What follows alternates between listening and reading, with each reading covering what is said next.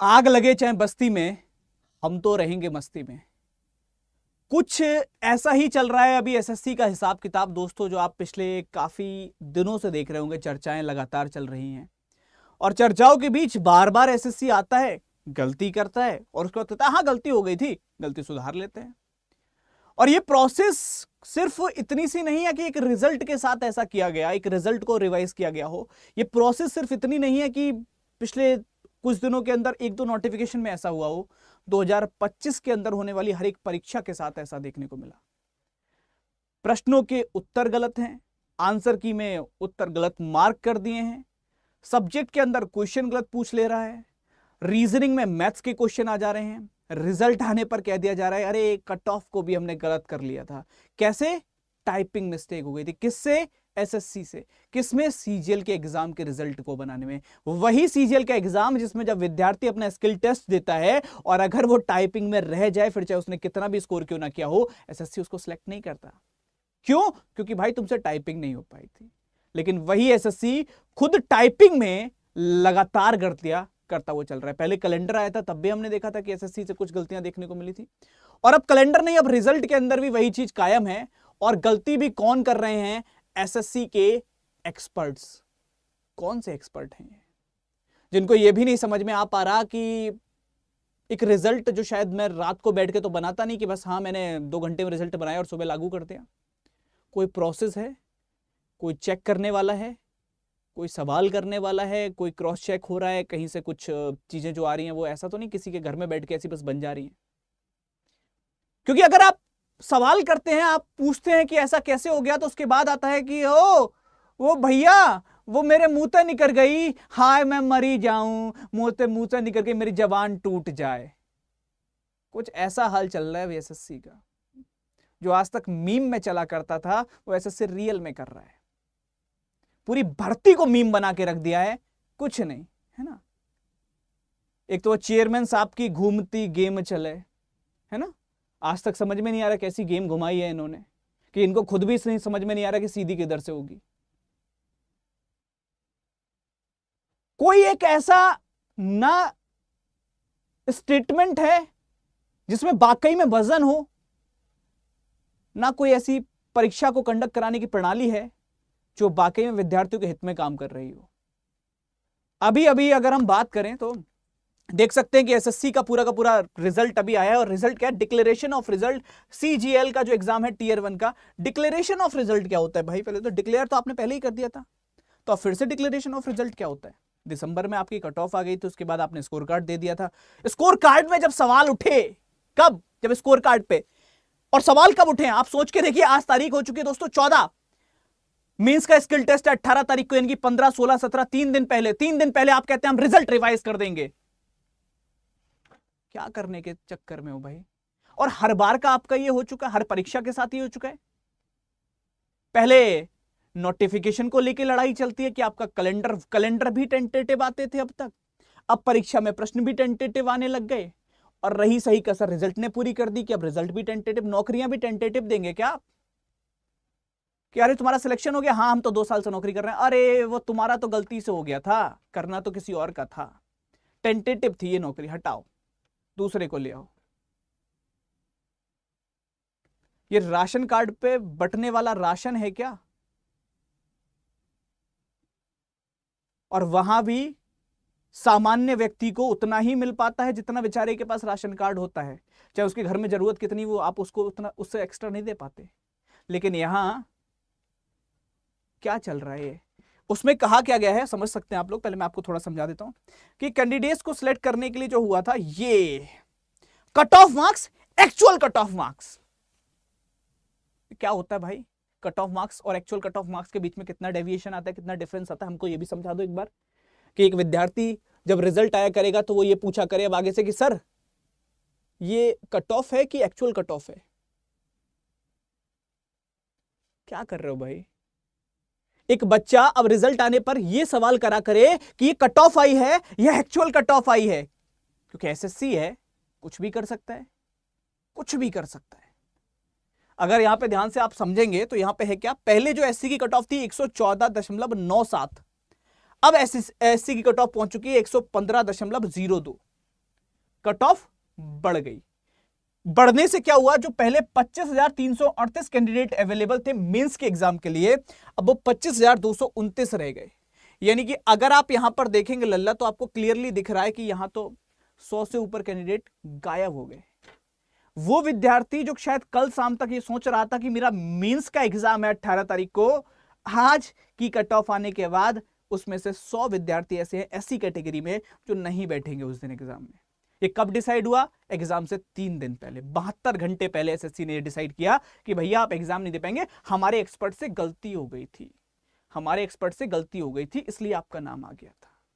उसके अलावा अगर आप नीचे देखेंगे तो यहां पर है एसटी की कट ऑफ जो 106.36 थी और 11,729 लोग इसमें एलिजिबल हुए थे। अब वो 106.38 हो गई है, यानी कि अगर मैं बात करूं 0.02 के आसपास रेस्पेक्ट में बढ़ गई है, और अब लोग रह गए हैं 11,722, यानी कि 7 विद्यार्थी यहां से भी गायब हो चुके हैं, हट चुके हैं। उसके अलावा ओबीसी 130.36, ओबीसी 130.36, ओबीसी की कट ऑफ बनाने में एसएससी के एक्सपर्ट से कोई गलती नहीं हुई थी, वो बिल्कुल सही कट ऑफ बनाए थे। कैटेगरी वाइज शायद वो उनसे कुछ गलतियां हुई हैं। एक होता है जनरल, जब आप विद्यार्थियों का रिजल्ट बना रहे होते हो तो मुझे लगता है कि जनरल रिजल्ट बनता है कि कितने कितने नंबर आए हैं, उसके हिसाब से फिर वो कैटेगरीज में डाली कट ऑफ। तो एससी और एसटी में दिक्कत हुई उनसे कट ऑफ बनाने में, वहां कुछ मिसप्रिंट हो गया, वहां टाइपिंग मिस्टेक हो गई। ओबीसी में उनकी टाइपिंग मिस्टेक बिल्कुल ठीक चली है। उसके अलावा ईडब्ल्यूएस के अंदर भी उनकी टाइपिंग मिस्टेक बिल्कुल ठीक गई है, और जनरल के अंदर भी थोड़ा सा डिफरेंस आ गया भाई। 136.83 की जो कट ऑफ गई थी, जहां 20,35 विद्यार्थी थे, वहां 136.40 अब कट ऑफ हो गई है और 20,723 विद्यार्थी हो गए हैं। मतलब जनरल की कट ऑफ थोड़ी सी कम हो गई, अब नई कट ऑफ जनरल के हिसाब से कम हो चुकी है ना। ये आपका टोटल अगर आप देखेंगे तो ये सारा का सारा स्ट्रक्चर है, और इसमें क्या बोला गया है मैं आपको थोड़ा सा ये भी समझा देता हूं। This figure include 29 withheld candidate who have not been included in the list 3 published 18/12/2025, ठीक है, containing 1,30,998 कैंडिडेट। चलिए, अच्छा हाँ, इसमें ना अभी ना कुछ और भी चीजें आई हैं, अब नई चीजें आई हैं, हम थोड़ा सा लल्ला देखो क्या बताएं तुमको। अब यहाँ पे ना सिंबल्स का प्रयोग कर रहा है एसएससी, ये देख सकते हो आप, स्टार बना रखे हैं, डॉलर बना रखे हैं, हैश बना रखे हैं, कैप लगा रखी है, और उनके मीनिंग यहाँ पर हैं, उनके मीनिंग यहाँ पर हैं। साधारण भाषा में बात नहीं कर पाएंगे, एक्सपर्ट्स हैं। अच्छा, further representation have also been received regarding normalization process in respect of candidate who have been rescheduled to take the CGL 2025 exam on 14 October on the recommendation of the committee experts. अब देखो इन्होंने किया क्या। अब एक चीज पर बात करनी है जो बहुत शर्म की बात है, वैसे तो अगर मैं बात करूं तो आपसे हम लोग देखो मुस्कुरा लेते हैं, लेकिन अगर आप समझेंगे तो ये वो अवस्था है, वो स्थिति है जो बद से बदतर हो चुकी है। आप एक चीज बताइए, एक विद्यार्थी जिसका एग्जाम कंडक्ट करवाया जाता है और उसका एग्जाम स्मूथली हो जाता है, उसका एग्जाम बहुत अच्छा होता है, उस विद्यार्थी के एग्जाम होने के बाद उसको पता चलता है कि उसका री एग्जाम होगा। पहले तो वो सवाल करता है कि मेरा री एग्जाम क्यों, मेरा तो ठीक एग्जाम हुआ था। बोले नहीं, खराब हुआ था तुम्हारा।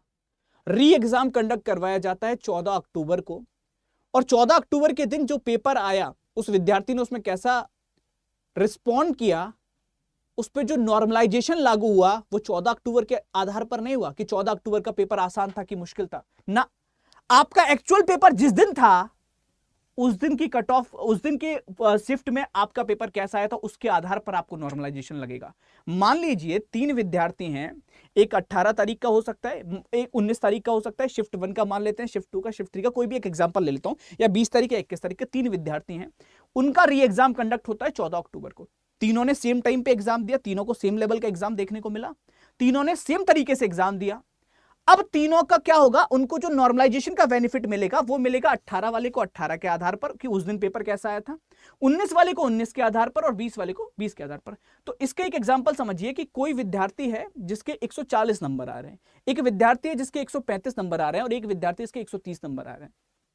130 वाले की जो जिस दिन एक्चुअल में एग्जाम था, उस दिन की नॉर्मलाइजेशन के आधार पर मान लेते हैं 10 नंबर बढ़ रहे हैं, तो 130 वाला तो 140 पर पहुंच गया। 135 वाले का मान लेते हैं जिस दिन उसका एग्जाम हुआ था एक्चुअल वाला, उस दिन के आधार पर 10 नंबर कम हो रहे हैं, तो उसके 125 रह गए। तो इससे तो यह हुआ कि पेपर का लेवल सेम दिया, दोनों ने डेट सेम पर एग्जाम दिया, लेकिन एक को बेनिफिट हो गया और एक को लॉस हो गया। अब इसका जिम्मेदार कौन, ये प्रणाली किसने बना दी, और ये कहां से आपको लगता है कि निष्पक्षता है? सवाल बहुत ज्यादा हैं और अब इतने ज्यादा हैं कि सवाल ही खो जाते हैं कई बार। आप आगे से आकर ये कह देते कि हाँ हमसे गलती हो गई थी, हमारे एक्सपर्ट ने रिजल्ट बनाने में गलती करते, टाइपिंग एरर। एसएससी के एक्सपर्ट, किस बात के एक्सपर्ट? एसएससी कोई स्कूल का एग्जाम है? किसी स्कूल में कंडक्ट करवाया जाता है एसएससी का पेपर? किसी गली का एग्जाम है एसएससी का एग्जाम? 140 करोड़ भारतीय और उन सब का जो केंद्र की भर्तियां आती हैं जिसके इंतजार में वो सब बैठे होते हैं कि सारे डिपार्टमेंट को लीड करने वाले लोग यहां से निकलेंगे, उस परीक्षा के अंदर ये स्थिति चल रही है।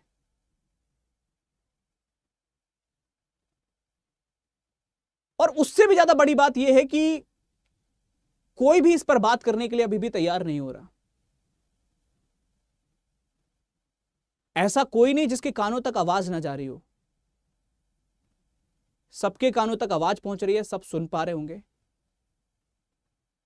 और ऐसा लग रहा है कि मजा आ रहा है। चलो मजा लेते हैं, मजा लेना है, चलो एक रिजल्ट निकालो, अगले दिन फिर नोटिस डाल देना, मजा आएगा थोड़ी देर।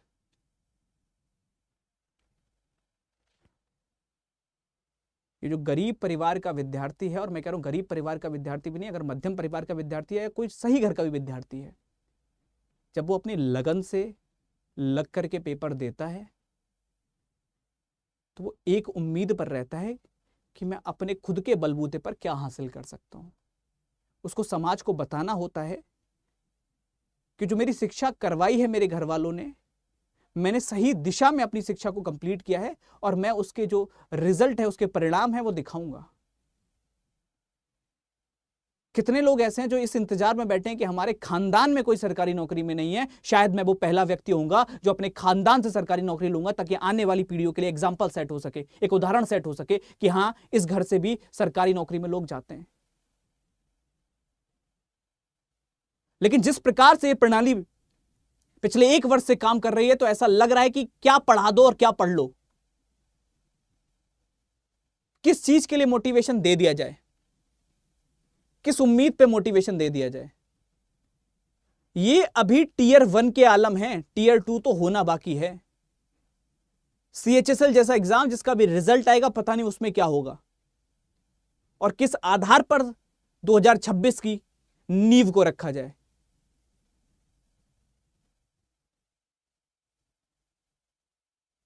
हर कोई बिजनेसमैन नहीं बन सकता, और चलिए ठीक है मान लेता हूं हर कोई बिजनेसमैन बन जाता है। ये सारे लोग चाय पकौड़ी बेचना स्टार्ट कर देंगे, विद्यार्थी भी, अध्यापक भी, सब बेच लेंगे, हम भी बेच लेंगे।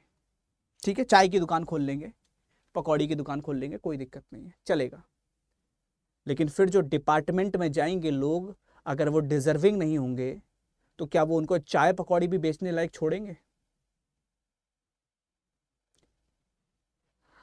देश के सर्वश्रेष्ठ सबसे बड़े डिपार्टमेंट में बैठे हुए लोग अगर अनडिजर्विंग कैंडिडेट होंगे, जिनको शायद वहां प्रवेश भी नहीं मिलना चाहिए था, वैसे लोग अगर वहां बैठे होंगे, तो क्या गरीब आदमी चाय बेचने की हालत में भी रह जाएगा, जब देश चलाने वालों को यह ना पता हो? देखिए समस्याएं दोस्तों बहुत हैं और बहुत बसता हूं मैं इन पर वीडियो बनाने से। मैं सच बताऊं, मैं पहले भी कह चुका हूं, मेरा मन भी नहीं करता कि मैं आऊं यहां पर आकर किसी को ये कहूं वो कहूं, क्योंकि मेरा मन करता है कि अब तो कम से कम वो फ्लो बन पाए एक बार पढ़ाने का। लेकिन हर तीसरे दिन, कभी जिस दिन पहले दिन रिजल्ट कट ऑफ आई थी, उस दिन भी मैंने ये बोला था, सबसे पहले मैंने ये वीडियो बनाया था कि ये कट ऑफ सही नहीं है, ये कट ऑफ को लो करने का कोई सही तरीका नहीं है। कट ऑफ को कम करना है, पेपर के लेवल को ठीक करिए। पेपर में क्वेश्चन गलत देकर, नॉर्मलाइजेशन को गलत तरीके से लगा करके कट ऑफ कम नहीं की जा सकती। और यही स्थिति बनी रही तो शायद हम 1947 की स्थिति में फिर से पहुंच जाएंगे, वैसे ही हालातों में आ जाएंगे। जितनी तेजी से हमने अभी उड़ान भरी है, उतनी ही तेजी से शायद नीचे की तरफ आएंगे।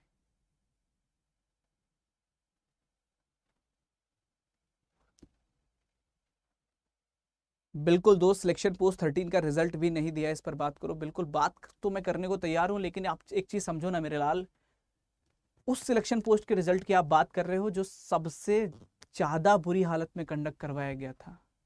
याद होगा आप लोगों को, सबसे पहली परीक्षा सिलेक्शन पोस्ट की थी। जब उसके काफी बाद होने वाले एग्जामों के हाल ये हैं, तो वो सिलेक्शन पोस्ट जो पहली बलि चढ़ा था उसकी, उसका रिजल्ट क्या बनाया होगा इन लोगों ने, सोच सकते हो। किस प्रकार की प्रोसेस को अपनाया गया होगा, किस प्रकार के उसमें चीजों को यूज किया हुआ, कौन सा नॉर्मलाइजेशन लगाया गया होगा, क्योंकि सारे क्वेश्चन तो इनके गलत थे लगभग उसमें। 24-24, 20-20 क्वेश्चन एक शिफ्ट में गलत होना 100 में से, क्या रिजल्ट बनेगा उसका? कौन लोग जाएंगे उससे फिर आगे? कैसे होंगी चीजें ठीक, और कैसे बना पाएंगे ये रिजल्ट?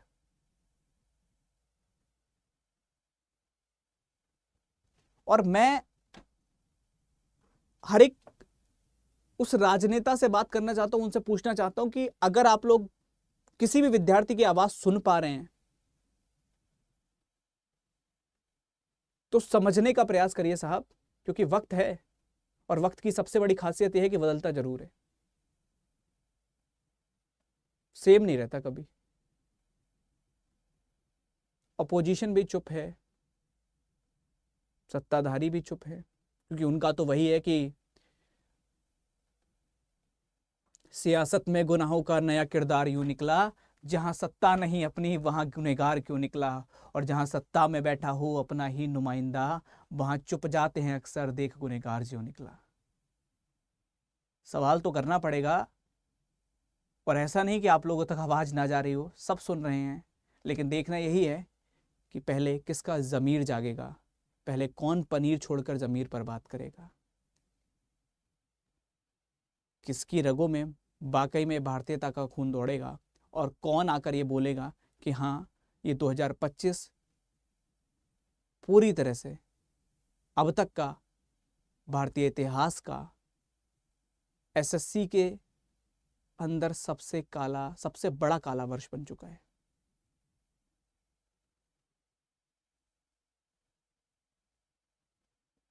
चलिए, आप लोग बताइएगा आपकी क्या राय है। मैंने कल भी आप लोगों से बोला था कि अगर कुछ उपाय हो सकते तो आप लोग जरूर बताइए। आप अगर मेल कर सकते हैं आप लोग कीजिए, वरना हम करने का प्रयास करेंगे, क्योंकि प्रयास तो करना पड़ेगा दोस्त, आज नहीं तो कल बदलाव